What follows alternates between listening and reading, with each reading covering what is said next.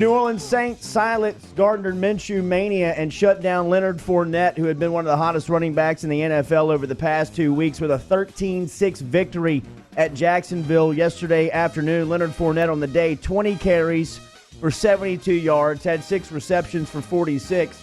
DJ Chark, who was the leading wide receiver, former Tiger for the Jacksonville Jaguars, coming into the matchup, had 3 catches for 43 yards. Here's what Sean Payton said about the defensive effort from the black and gold on Sunday. I think the second half we got a little bit better offensively. We missed a number of opportunities in the first half, and we'll look to get those cleaned up. It's a good win to get on the road and kind of go from there. Yeah, I think on this Monday, the Saints win probably going to be overshadowed a bit by just how massive LSU's performance was Saturday night against Florida. But it's kind of crazy, Jordy, in how almost commonplace yesterday's domination feels, right? The Saints defense, it is not a fluke. It is now the rule. Like, this is a Saints team that can morph, adapt to whatever the situation at hand demands. They can win in multiple ways. And this Sunday, it was on the road, defense travels, Cam Jordan, multiple sacks, dominating Gardner Minshew, the secondary getting better and better. Our girl, Annie Apple's son, Eli, continues to play better and better. This is a Saints team that is looking like to me, it is clear it's the Patriots and the Saints when you're talking about the best teams in the league. Saints 5-1, first in the NFC South in Chicago next Sunday to take on the Bears. LSU football moved up 3 spots to number 2 in the AP Top 25 and 3 spots to number 3 in the coaches poll after Saturday's 42-28 win over Florida. For the day, Joe Burrow had another stellar performance, 3 touchdown passes for Burrow coming in to the game on Saturday. The Florida defense had 28 sacks and 12 interceptions. When they left the game Saturday, they had 28 sacks and 12 interceptions. Here's Joe Burrow talking about his offensive line's play on Saturday.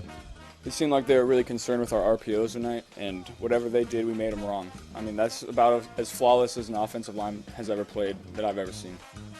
Yeah, and that's where it starts. We said that was going to be the key to the game. Specifically, Jordy, we highlighted the tackles, right? Sadiq Charles, Austin Deculus. So much pressure put on them. Would they step up? Well, guess what? Those two combined for 60 pass protection snaps on Saturday night. 1 pressure, 1 QB hit. And the offensive line as a whole did not give up a sack. So we'll talk about that plenty coming up, but great job by the guys in the trenches. LSU's offense outscored Florida 3-1 in the second half. Here's Ogeron talking about the defensive adjustments made by Aranda. Just kept on calling, and obviously we were very frustrated at halftime. But we kept to the plan, believed in it. We said we got to put more pressure on them. Those stops were critical. Our guys kept on playing. I think the rotation up front really helped us. I think the dime unit, the cheetah unit that we put more speed on the field, having Marcel Brooks and Michael Divinity and Justin Thomas and Kelvin Chancellor only had a big sack at the end. I thought that really made a difference in our game plan.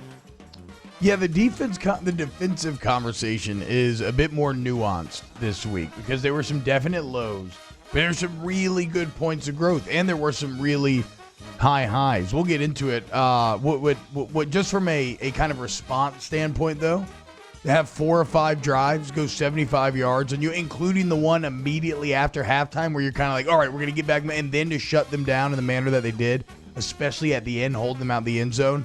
That's I feel really good about LSU's defense actually right now. LSU returns to action this Saturday when they travel to Starkville to take on Mississippi State. That game was announced yesterday morning that it would kick off at 2:30. Tons more to unpack from Tiger Stadium on Saturday night. Tiger Stadium was on springs.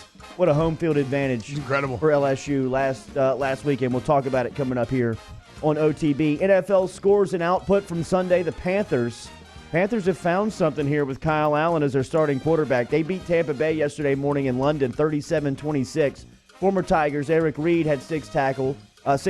Devin White, his first action back for the Tampa Bay Bucks, had 9 total tackles, 1 TFL. Kevin Minner had a tackle there as well. The Seahawks beat the Browns 32-28. Odell Beckham Jr. had 6 catches for 101. Jarvis Landry had 3 catches for 36 yards. He also had a punt return for 5 yards. Al Woods for Seattle had 2 tackles on the day. How about Houston traveling into KC? KC's now lost back-to-back home games in Arrowhead after Houston yesterday beat Kansas City 31-24. Darrell Williams had a catch for 52 yards. Tyrann Mathieu had 10 tackles. Mo Claiborne had 3 stops. Wow. Redskins beat the Dolphins 17-16 in a battle of who's worse.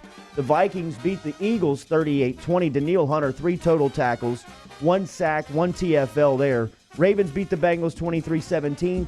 49ers are for real.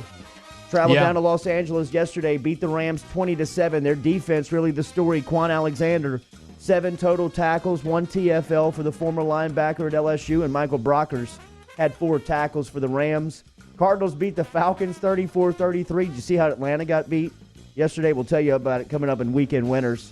Russell Gage had a catch for 6 yards for Atlanta. Deion Jones, 6 tackles. Broncos blanked the Titans 16-0. Jets beat the Cowboys 24-22. Jamal Adams had 9 total tackles, 1 TFL on that 2-point conversion stop. And last night in Sunday Night Football, the Steelers beat the Chargers 24-17. Pelicans staying hot in their 4th preseason game as they down San Antonio 123-114. Zion had a game-high 22 points after Friday night's home opener. He had 26 in just 23 minutes, shooting 9 of 12 from the field.